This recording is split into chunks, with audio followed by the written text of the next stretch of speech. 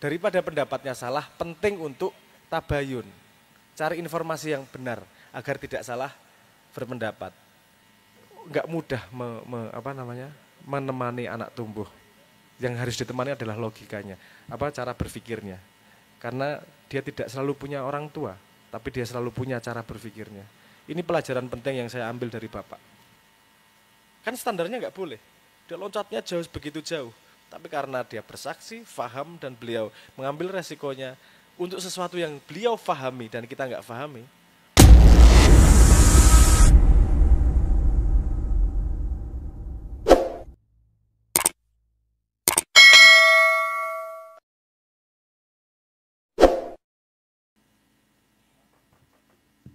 Baik, sesi kedua tanya jawab dari teman-teman. Sudah ada yang mau bertanya?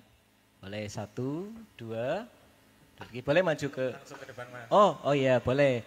Ini dari teman-teman perempuan, Mbaknya boleh maju ke depan, nggih.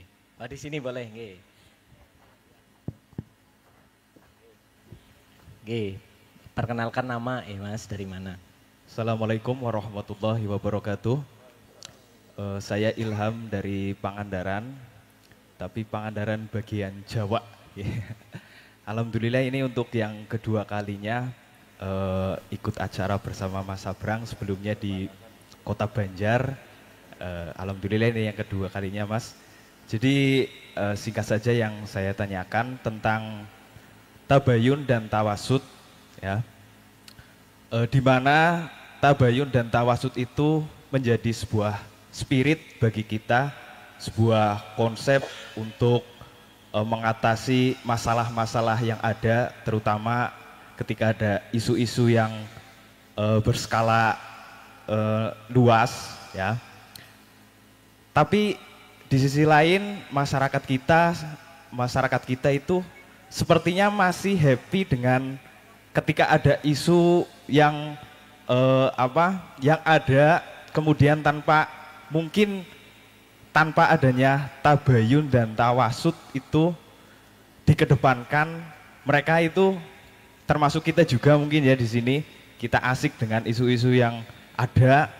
Nah, sebenarnya yang saya tanyakan untuk tabayun dan tawasud ini yang sebenarnya menjadi kesemangatan kita, terutama bagi masyarakat Islam di Indonesia, ini sebenarnya apakah masih belum memiliki formulasi yang pas, atau penyampai konsep tabayun, penyampai konsep tawasud itu belum pas, atau faktor lain begitu, ya. Jadi di sisi lain kita semangat memperjuangkan tabayun dan tawasud, tapi di sisi lain masyarakat kita yang menjadi objeknya ternyata masih mungkin belum bisa menerapkan tabayun dan tawasud. Sebenarnya ini ada apa seperti itu? Terima kasih. Boleh tepuk tangan untuk Mas Ilham, matur nuwun. Penanya kedua, boleh silakan. Assalamualaikum warahmatullahi wabarakatuh. Perkenalkan, nama saya Abdul Manaf Asajad, saya dari Ciamis. Tadi yang udah disampaikan Mas Sabrang itu kita sudah melakukan perjanjian dengan Allah gitu ya, Mas. Nah, lalu pertanyaan saya, hakikat atau tujuan manusia diciptakan itu untuk apa dan siapa gitu? Mungkin itu. Terima kasih. Matur nuwun Mas Abdul. Baik, tepuk tangan boleh buat Mas Abdul. Yang ketiga Mbaknya boleh. Bismillahirrahmanirrahim. Assalamualaikum warahmatullahi wabarakatuh. Nama saya Ika Ristiana. Mungkin mau tanya sama curhat keresahan sebagai orang tua. Kebetulan saya punya anak kelas 6 SD. Dia itu istilahnya mungkin introvert mungkin Nah, setelah saya cari tahu, dia itu jarang bergaul sama temennya. Setelah saya cari tahu, dia itu ternyata sibuk dengan AI. Saya tuh nggak tahu namanya apa, tapi ada bukan ChatGPT, satunya saya itu lupa. Nah, suatu ketika dia itu cerita sama saya, Bu, aku loh nggak ada pacar hayalan kayak gitu kan. Loh, kok iso? Nggih, aku niku. Terus adiknya itu kan langsung ngomong, "Bu, itu loh sering WA-WA-an kayak gitu." Nah, ternyata saya lihat itu yaitu yang nopo cat seperti cat GPT itu, saya tuh lupa apa namanya. Mungkin tips untuk bisa mengontrol dan bisa mendampingi anak bagaimana cara belajar atau apa namanya menggunakan AI yang istilahnya ke arahnya yang positif kayak gitu. Mungkin sekian. Assalamualaikum warahmatullahi wabarakatuh. Waalaikumsalam. Mbak Sinten nggih? Ika. Mbak Ika, matur nuwun Mbak Ika. Boleh tepuk tangan buat Mbak Ika. Satu lagi masih boleh Mas Rizky? Satu lagi boleh. Oh, yang mana dulu ini? Ada 3. Satu dulu. Mana? Oh, iya. Pingsut. Oh, sekalian, boleh. Boleh urut. Iya, Mas Anggi ini kalau saya ini tidak asing ini. Mas Anggi ini member tetap di JS reguler bulanan. Sudah punya kartunya ya, Mas? Beli kuota bertanya berapa paket sih? Assalamualaikum warahmatullahi wabarakatuh. Ya, perkenalkan nama saya Anggi dari Purbalingga. Bismillahirrahmanirrahim. Saya gelisah tentang budaya Jawa yang saat ini hampir punah karena mengikuti budaya luar. Padahal kita orang Jawa tapi tidak mengakuinya. Seperti di dalam budaya Jawa, ilmu paling tinggi seperti ilmu budi pekerti, tata krama, menghormati orang yang sedang berbicara, menghormati orang yang lebih tua. Sama satu lagi Mas, tadi Mas Abrang berbicara tentang syahadat, persaksian. Apa makna syahadat dalam hakikat makrifat menuju roh kita agar kita selamat saat pulang menuju Tuhan. Terima kasih. Baik. Berikutnya dengan Mas siapa? Ya, terima kasih kepada panitia dan juga Mas Abrang dan juga ini di depan dosen-dosen saya, terutama Pak Misbah, Pak Nurfadi dan juga Pak Prof Fauji. Baik, Mas Abrang, terima kasih. Ini berangkat dari kegelisahan saya ketika di ruang kebebasan atau di ruang kelas itu kan menjadi ruang kebebasan untuk kita berpendapat, untuk kita menyampaikan pemikiran, gagasan dan lain-lain. Yang saya gelisahkan adalah ketika kita melakukan diskusi itu saya sendiri terkadang melakukan, tadi kan disampaikan oleh Mas Abrang adalah pertanyaan adalah alat untuk kita dari ketidaktahuan menjadi tahu. Lalu pertanyaan saya suka melakukan hal tersebut ketika ruang diskusi itu pasif.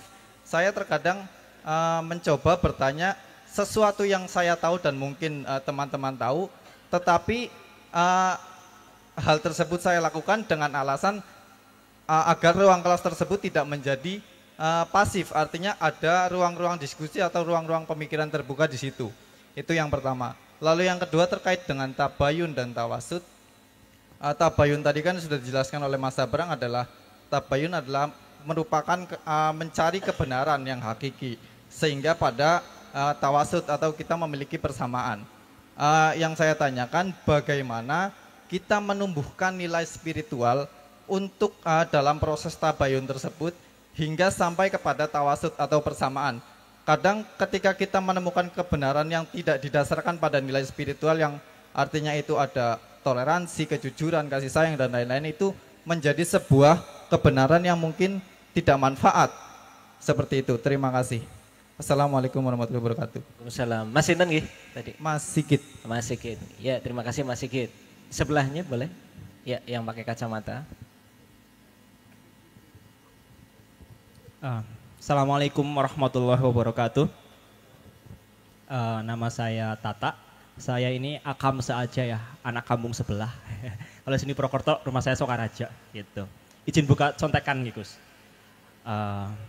Jadi tadi kita sudah berbicara lumayan banyak ya, termasuk soal adab dan ilmu. Nah, soal pengetahuan atau ilmu atau sains ini ya, tadi sempat beberapa kali disinggung bahwa adab itu berada di atas ilmu. Ya. Nah, namun di sisi lain saya juga ada guru ya, guru ngaji saya itu beliau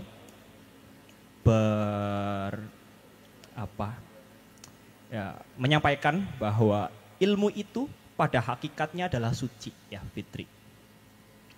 Nah, terus tadi ada tambahan lagi ya, dielaborasi lagi oleh Gus Abrang bahwa ilmu atau pengetahuan atau sains itu harus berlayar di atas etik begitu ya. Nah, pernah saya buka YouTube waktu itu, saya lupa ya video dari mana, cuma di situ mungkin ini agak-agak berbahaya ya karena sumbernya saja nggak tahu gitu, lupa. Cuma insya Allah aman gitu. Nah, ada statement bahwa sains atau ilmu itu dapat tetap di dalam batas etik ketika ada policy atau ada aturan ya, atau ada kebijakan.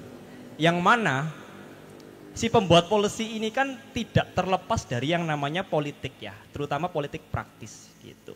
Nah, concern kita di sini adalah politik praktis itu entah kenapa sekarang ini cenderung dekat dengan corruption ya, atau corrupted lah. Politik praktis ini kok sekarang corrupted gitu ya, kalau misalnya mau kita simplify gitu kan. Nah, itu kan sangat berbahaya ya. Lawang itu yang membuat kebijakan agar ilmu itu tetap ada di dalam batas etik, lah malah si pembuat polisi melanggar etika itu sendiri kayak gitu kan ya. Oknum lah ya. Nah, kira-kira apa yang menyebabkan si politik praktis ini kok menjadi sangat korup ya? Lalu bagaimana caranya untuk memperbaiki keadaan si pembuat polisi ini? Begitu. Nah, apabila ada salah-salah kata, saya mohon maaf ya. Wajar, namanya juga manusia, bukan nabi boy gitu. Demikian, assalamualaikum warahmatullahi wabarakatuh. Assalamualaikum warahmatullahi wabarakatuh. Baik, cukup ya Mas Rizky ya. Ini pertanyaan oke. Kayak sisi-sisi ya. Iya. Tapi sebelum itu statement Anda quote saya tadi salah. Saya tidak ngomong bahwa ilmu berlayar di atas etik. Saya ngomong hukum berlayar di atas etik untuk menuju pulau keadilan. Hukum, bukan sains, bukan ilmu. Karena ilmu itu nggak ada hubungannya sama etik. Ilmu itu jembatan dari tidak tahu pengen tahu. Udah gitu aja, simple. Enterprise of wanting to know, gitu aja, pengen tahu aja. Etiknya dalam rangka mencari tahunya itu tadi, tapi bukan ilmunya. Nah, ilmu ki 5+5 tidak etis, masuk ngono ya ora iso lah. Ilmu ya suci, dia pengetahuan gitu aja, simple. Yang subjek etik itu manusia. Kalau benda ya ora enggak ada etik, dia enggak punya value kan gitu. Oke ya, sorry, kita urut dari yang pertama. Apa tadi? Dari Mas Ilham ini terkait masyarakat, mayoritas masyarakat masih mudah dipropaganda informasi gitu. Ini tidak mudah jawabnya, karena masalah utamanya adalah manusianya.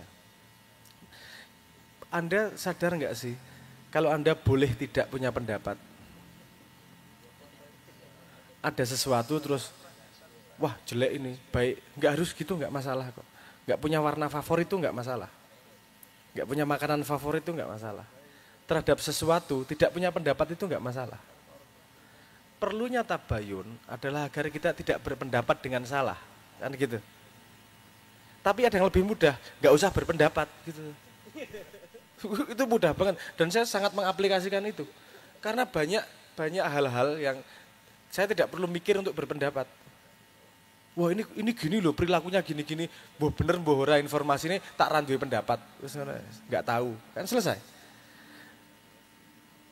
Ada bener, ada salah, ada nggak tahu, jangan lupa. Kotak nggak tahu itu penting banget, karena tahu itu datang dari tidak tahu. Tahu itu bukan datang dari salah atau dari benar. Paham maksud saya ya? Tahu itu datang dari tidak tahu. Makanya banyak hal di dunia ini yang saya masukkan kotak tidak tahu. Kenapa tadi sangat penting ini digembor-gemborkan, ayo tabayun, ayo apa namanya, tawasud. Kalau tawasud selalu penting karena kita harus seimbang. Hidup itu harus seimbang. Bukan tawasud itu, saya tidak tadi premisnya tidak ngomong tawasud itu harus sama sekali berbeda. Harus seimbang. Kata kuncinya seimbang. Seimbang tuh yo umatan wasaton, ya di tengah, imbang. imbang dalam berpendapat, imbang dalam objektif, adil. Itu tawasud, sememahaman saya ya. Bisa sangat bisa salah, aku duduk kiai. Ojo nyebut aku Gus engko ana sing nesu lho. Anak kiai duduk gas ngono kuwi. Kan tidak banyak yang mengakui bahwa bapakku kiai. Budayawan kok kiai. Ngono ki Indonesia iki senengane. Jadi kategorisasi manusia itu jauh lebih penting daripada kenyataan. Kemarin aku tidak jadi dipanggil karena saya bukan profesor. Sementara profesornya belajar aku. Lah lucu. Itu karena apa namanya? Ngomong soal AI, mencari profesor AI. Durung ngono to. Rame iki lagi 3 tahun terakhir ini yang generatif AI ya. Mau cari profesor generatif AI, gundulmu lagi 3 tahun. Ini soalnya hukumnya. Ini apa peraturannya kalau manggil narasumber harus profesor. Ora ono. Kok kita diatur sih sama apa namanya peraturan? Ada peraturan itu untuk menstandarisasi, bukan untuk mengekang manusia. Paham ya? Apa maksud saya? Oke, balik itu tadi. Kenapa kita perlu tabayun? Karena manusia merasa perlu untuk punya pendapat. Daripada pendapatnya salah, penting untuk tabayun. Cari informasi yang benar agar tidak salah berpendapat. Saya mengusulkan hal yang lain. Kalau nggak tahu beneran, tabayun nggak mungkin, nggak usah berpendapat. Simpel toh? Itu jauh lebih simpel hidupnya. Kalau si Ria Ricis apa sapa aku krungu liwat-liwat sing bercerai karo sapa misalnya ngono ki, wah kita harus berpendapat siapa nih yang benar, siapa yang salah. Orang ngerti, aku yo krungu liwat-liwat. Maksudnya kita nggak harus tahu berpendapat siapa yang benar, siapa yang salah. Sing rame ki wingi sapa? Agus karo Novi segala macam itu. Saya sempat lewat-lewat beberapa kali dan saya nggak punya pendapat sama sekali. Oh, aku nggak ngerti masalahnya. Ya udahlah. Oke, ceritanya lewat, ya udah selesai. Kalau saya memang pengen berpendapat, saya riset beneran. Gimana sih masalahnya? Siapa tuh? Oke, berarti saya di pihak membela si Novi misalnya atau si Agus misalnya gitu. Karena tahu masalahnya. Bahayanya itu loh. Berpendapat tanpa dasar. Jadi mudah disetir kita nih. Pakai trending topik kesetir, pakai isu kesetir. Pakai OTT, pakai apa namanya tersangka kesetir. Ya karena apa? Karena kita segera berpendapat tanpa tahu sumber informasinya benar atau salah. Itu pentingnya tabayun. Jadi gimana masyarakat kita? Tadi pertanyaannya gimana masyarakat kita masih belum mampu untuk tabayun gitu. Karena tabayun itu berat saudara. Wallahi, kamu kalau mau benar-benar berpendapat akurat terhadap sesuatu, itu berat. Karena kudu akurat tenan, nyemplung. Waktu kita terbatas 24 jam sehari, energi kita terbatas. Ngopera berpendapat terhadap hidupmu, keluargamu, dan hal-hal yang penting buatmu daripada isu-isu yang gak jelas di sana itu. Gak apa-apa baca sebagai hiburan dan gak berpendapat, itu gak perlu tabayun kemudian. Wong kuwi gak punya pendapat kok terhadap itu. Paham maksud saya ya? Jadi akarnya bukan masyarakat kita yang sangat penting tabayun. Masalahnya bahwa masyarakat kita terlatih untuk harus punya pendapat. Ngisi form warna favorit, makanan favorit. Aku bingung banget gue nek ngisi. Warna favorit ki opo to? Dari kecil saya bingung itu jawab. Warna favorit. Kenapa saya harus lebih senang merah daripada kuning? Kuning itu bagus kalau di baju tapi jelek kalau di gigi. Kan gitu. Ini semua ada tempatnya masing-masing. Jadi kalau gitu wes bingung aku jawabnya wes. Jadi ngawur, jawaban saya tidak konsisten. Kalau warna favorit, makanan favorit, kayak iso milih ayu ribe kan. Nek ngelih ono panganan ning ngarepe ya dipangan rasa favorit-favoritan. Panganan itu bukan urusan, kadang-kadang bukan urusan pilihan makanan. Makanan itu kadang-kadang urusan obat lapar, that's it. Mayoritasnya seperti itu. Sorry saya agak panjang, agar kita agak berpikir meta sedikit ke belakang sedikit. Tabayun itu penting kalau kamu harus memutuskan sesuatu. Keputusannya adalah berpendapat, bersikap. Paham maksudku ya?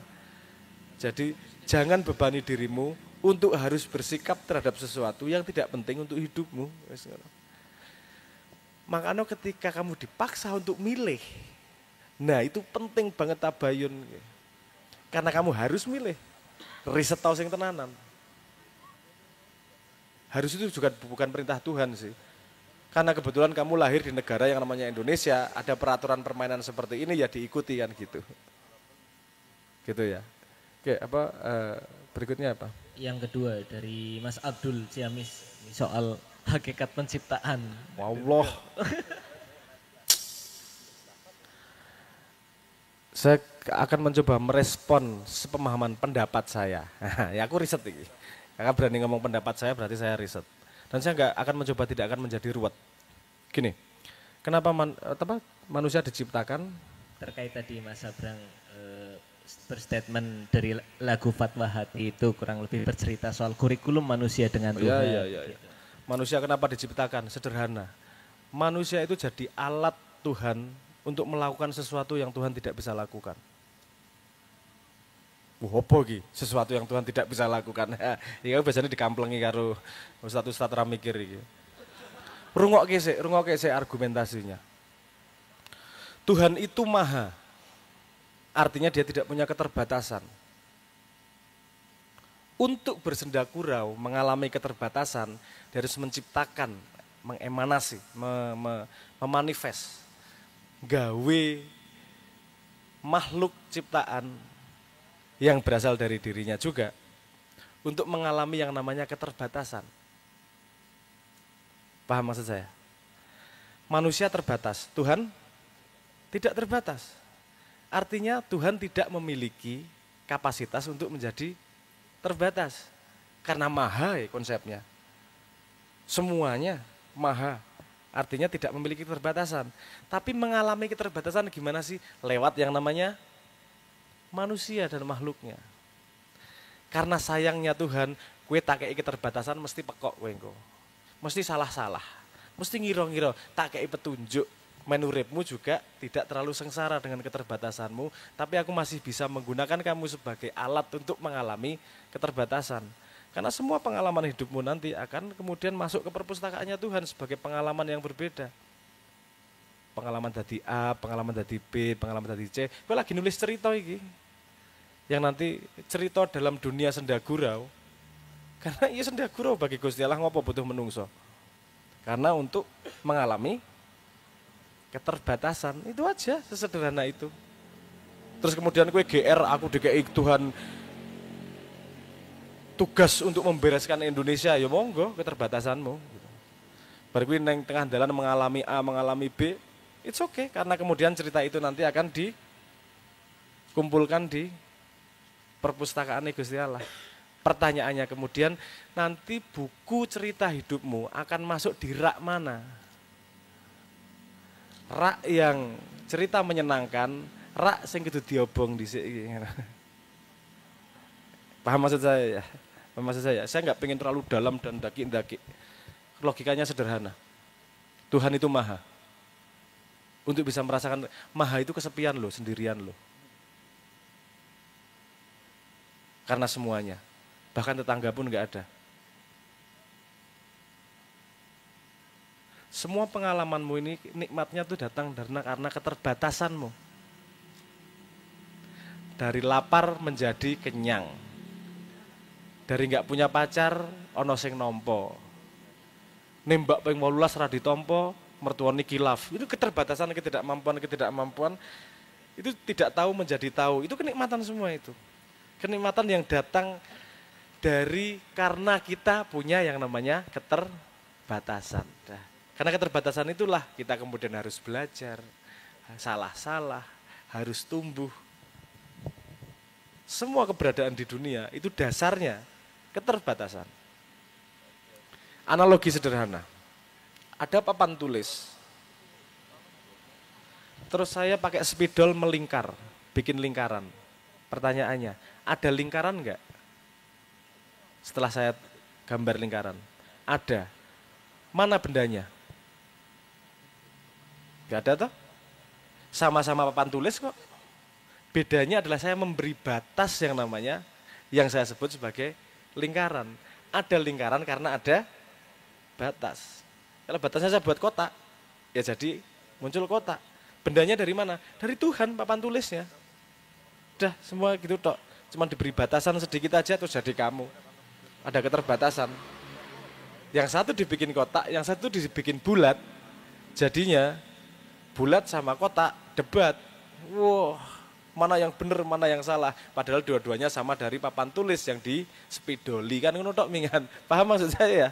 Ini analogi, tapi paham maksud saya pada kenyataan. Wis toh. Kowe lagi mengalami sebuah kotak atau sebuah bulat untuk sedang berbakti sama Tuhan. Berbaktinya gimana? Mengalami keterbatasan dan membuat cerita yang akan kamu setorkan suatu hari nanti. Semoga cerita apa yang mau kamu buat. Ngono ya. Itu dan itu sebabnya kenapa semua orang beda. Nek podo, ceritanya podo, ngapain? Gak seru bikin cerita dua sama. Setiap orang punya ceritanya sendiri-sendiri. Logis nggak maksud saya? Logis ya, masuk akal ya? Oke.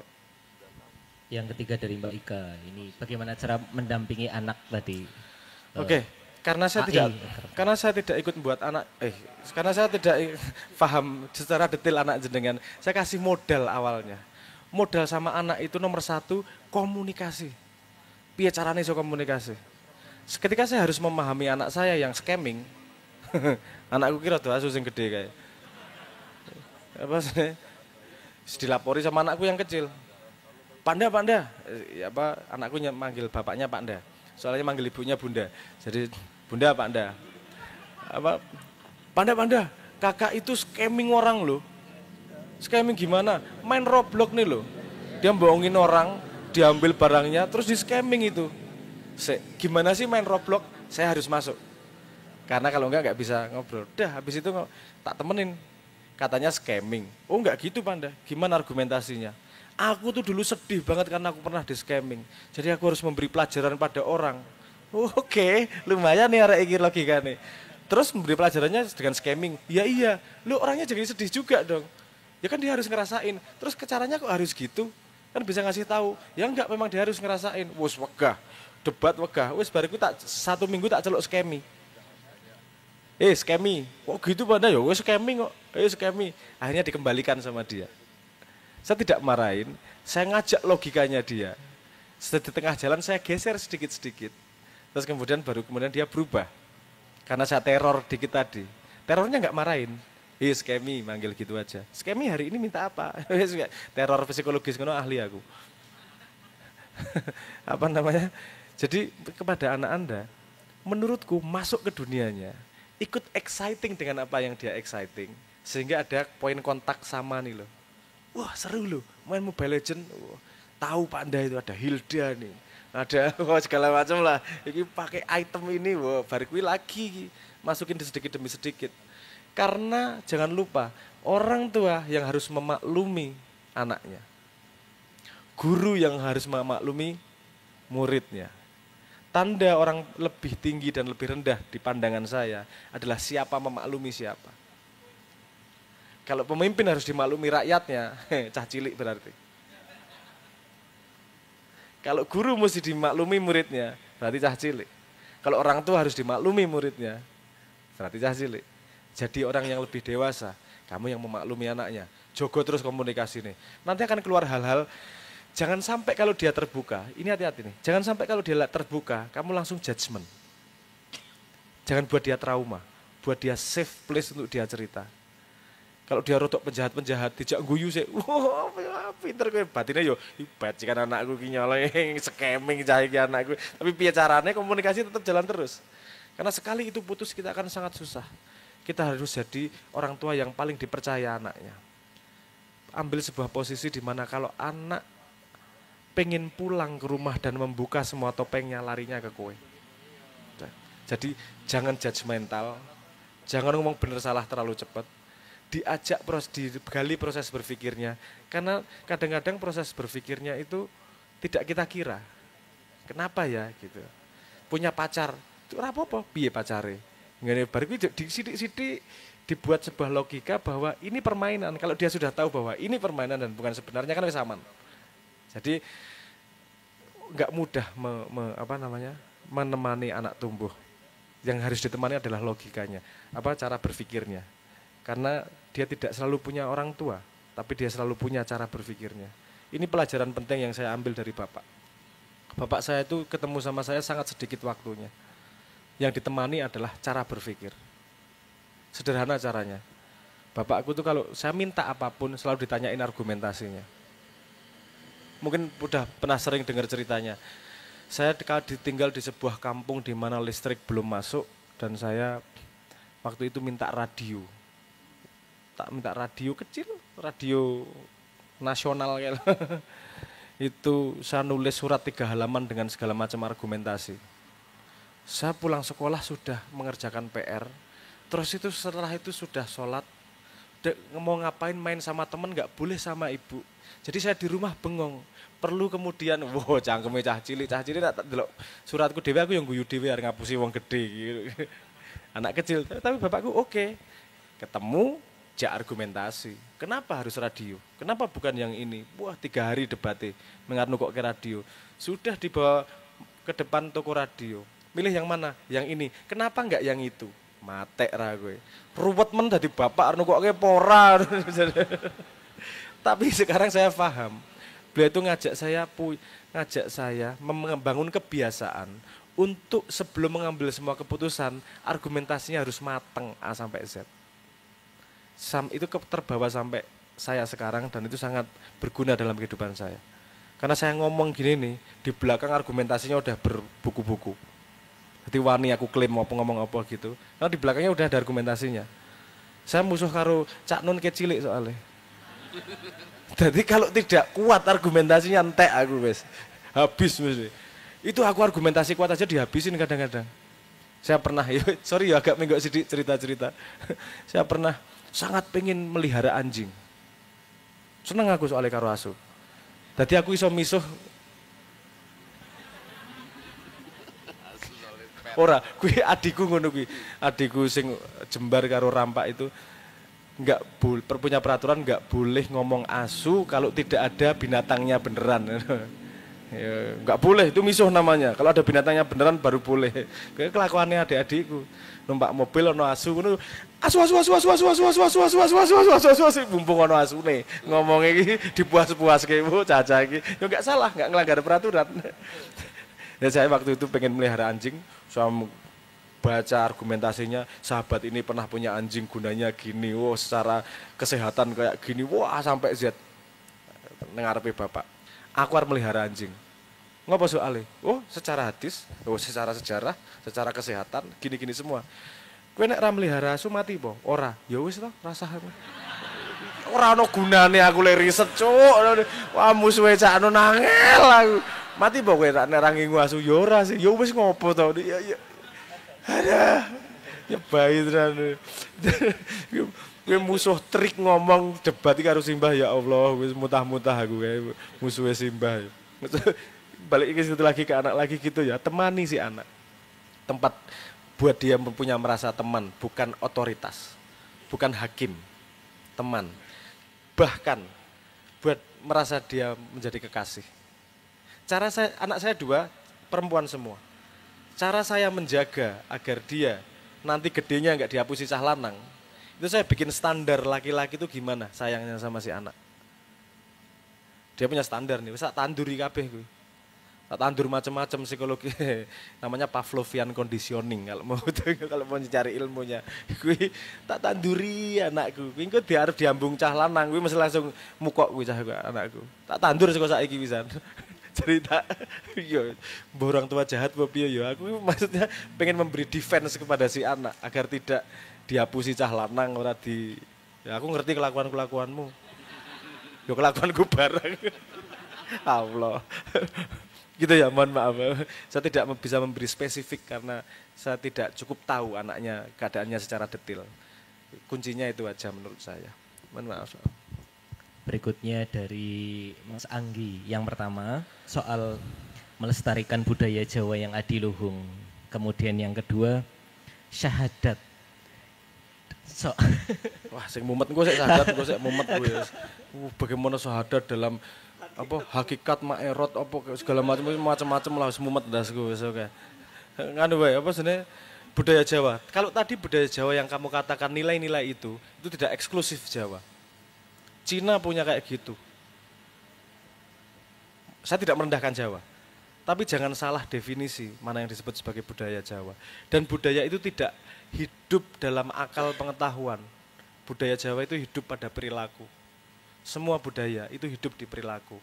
Karena budaya ada kalau manusianya melakukan budaya tersebut. Kenapa orang Jawa? Kenapa budaya Jawa semakin luntur? Karena tidak ada pelakunya, sesimpel itu. Kalau Anda pengen melestarikan budaya Jawa, lakukan budaya Jawa. Yang mana lakukan? Budi luhur. Hindu yono. Buddha juga ada, semua budi luhur.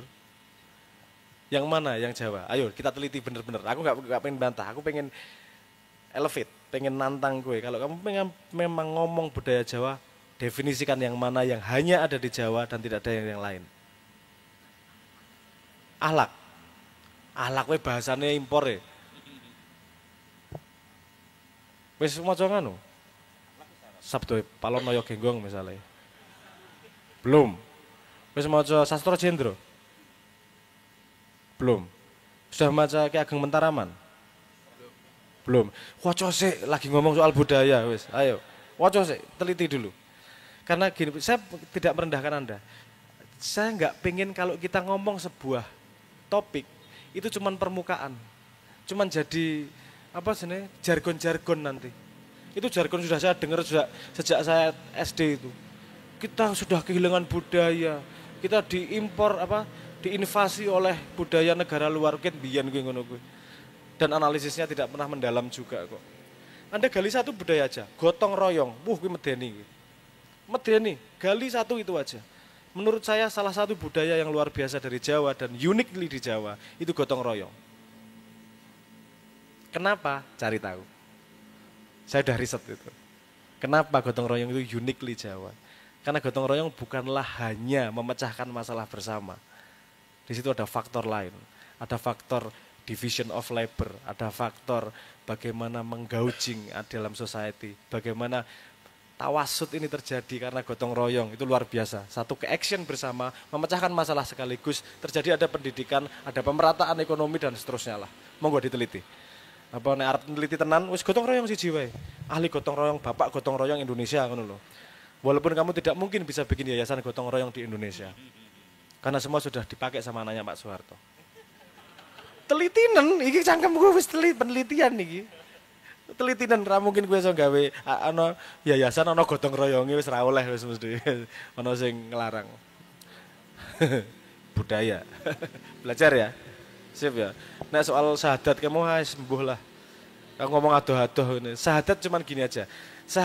Islam itu tidak pernah mengajarkan kita untuk percaya sama Tuhan. Mohon maaf Ki. Karena syahadat itu bukan percaya, tapi bersaksi. Beda loh bersaksi sama percaya. Kalau percaya tidak bisa dibawa ke pengadilan. Anda tahu bahwa Rizky mencuri. Saya percaya Rizky mencuri. Gak iso. Saya bersaksi. Dia waktu itu, malam itu ke rumah, ya kan gitu tau. Itu bedanya saksi sama percaya. Syahadat Islam itu saya bersaksi, bukan percaya. Bukan jari, tapi benar-benar mengalami. Mungkin sebagian besar dari kita Islamnya masih pada level percaya. Itu yang membuat kita Islamnya ya mungkin belum beneran Islam. Saya nggak ngomong kritik kalian loh, saya ngeritik diri saya sendiri juga loh. Mungkin kita perlu menggali ke situ juga. Mohon maaf, sini warning sedikit. Kalau mau ngobrol soal itu, ngomong substansi. Jangan adu hebat-hebatan sama orang soal makrifat, hakikat dan segala macam itu gak penting. Pandangan orang gak penting. Yang penting pemahamanmu dan lakumu seperti apa kemudian. Ngono ya. Aku sudah cukup banyak mendengarkan narasi soal gitu-gitu yang ternyata orangnya juga gak menunjukkan yang dia omongkan gitu. Aku luwih respect wong sing ngelakoni tanpa harus kakean cangkem. Goblok. Oke. Aku ngomong nek awakku dhewe goblok aku. Baik, berikutnya dari Mas Sigit. Ini pertanyaan pertama saya kira sudah cukup terjawab di pertanyaan yang tadi dari Mas Ilham yang pertama soal tabayun dan tawasud tadi sudah dijelaskan ya. Soal mengambil keputusan atau berpendapat ya kalau itu sungguh-sungguh dan riset dulu beneran gitu nggih. Kemudian yang kedua soal ternyata ada situasi di mana bertanya itu Ya tidak selalu soal menjadi jembatan dari tidak tahu kepengen menjadi tahu atau kepengen tahu, tapi di situ untuk menghidupkan ruang diskusi. Masih sampean ya. Oke. Gini. Mari kita belajar statistik. Apa hubungannya karo iki? Gini. Statistik atau peraturan umum, katakanlah gitu. Itu adalah standar yang bisa kita pakai bersama. Misalnya gini, ada statistik rata-rata manusia Indonesia IQ-nya 78,49. Kan gitu. Apakah Anda IQ-nya segitu? Enggak. Bisa lebih tinggi, bisa lebih rendah. Tapi rata-rata kumpulan manusia segitu. Paham ya? Nah, pada semua hal kita perlu standar. Ini gunanya buat apa sih? Pisau, gunanya untuk memotong buah. Itu standar. Tapi suatu hari ada maling, tok pakai untuk bacok, ndasik kan bisa juga berguna. Betul ya, paham maksud saya ya? Jadi standar ada baseline nih. Karena tanpa standar, semua orang bisa memakai tanpa konsensus. Sorry, aku ngomongnya rodok ada, nggak apa-apa ya, paham ya? Aku mau cah kuliahan kabeh, pinter-pinter mesti. Paham maksud saya? Jadi konsep pertanyaan adalah jembatan dari tidak tahu menuju tahu, itu standar nomor satu utamanya. Setelah itu Anda bisa mengembangkan dalam situasi-situasi tertentu seperti yang Anda katakan tadi. Tapi ingat, semua pengembangan itu mengandung resiko. Dan resiko kalau bisa Anda ambil, gak masalah. Anda bisa ngomong, ini untuk kebaikan semua orang agar lebih banyak nih, diskusinya lebih rame. Kalau Anda yakin bahwa 100% niatmu itu tidak ada niat tersembunyi biar aku kelihatan sebagai inisiator, enggak masalah. Itu resiko yang Anda ambil sendiri. Bahwa ternyata di dalam juga ada juga masalah. Itu resiko yang Anda ambil sendiri. Saya enggak ngomong yang boleh atau enggak boleh. Saya enggak menyuruh dan enggak melarang. Saya mengajak kamu sadar dalam mengambil keputusan tersebut. Selama kamu sadar dan tahu resikonya, lakukan, it's okay. Saya bukan ustadz, saya bukan nabi, saya bukan wali yang dipatuhi. Saya hanya orang yang lebih dulu lahir daripada jenengan dan menawarkan opsi-opsi yang saya temukan. Terhadap keputusan, monggo. Paham ya maksud saya ya? Jadi gak masalah, itu gak masalah. Wong gue yang nanggung kok. Gak masalah, bener gak masalah. Bahkan Kanjeng Nabi Khidir itu mengambil opsi membunuh anak loh. Tahu ceritanya kan? Bocori kapal, membunuh anak kecil, opsi itu diambil loh. Resikonya beliau yang ambil. Kan standarnya nggak boleh. Dia loncatnya jauh begitu jauh. Tapi karena dia bersaksi, faham dan beliau mengambil resikonya untuk sesuatu yang beliau fahami dan kita nggak fahami. Cuman Nabi aja kita nggak berani berpendapat dan menyalahkan Nabi itu. Tapi kan itu ekstrim tuh, bunuh anak kecil. Dia pasti berlaku sesuai dengan yang beliau pahami. Balik itu tadi, kebenaran sejati yang seperti apa? Membunuh benar atau salah? Salah, belum tentu. Itu yang beliau ketahui, belum tentu kita ketahui pertimbangannya. Baru kemudian Nabi Musa bertanya, baru paham setelah dikasih tahu faktor-faktor masa depan dan seterusnya. Yang lain nggak paham. Makanya dijaga berpendapat toh.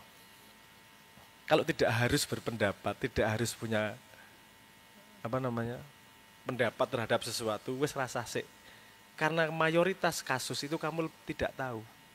Mayoritas kasus. Seperti Nabi Khidir, jajal ya. Nabi Khidir ngelakoni itu sekarang di pantai selatan. Penjoro lah kira-kira. Penjoro. Saiki diagungkan. Si paham maksud saya ya? Oke, sorry.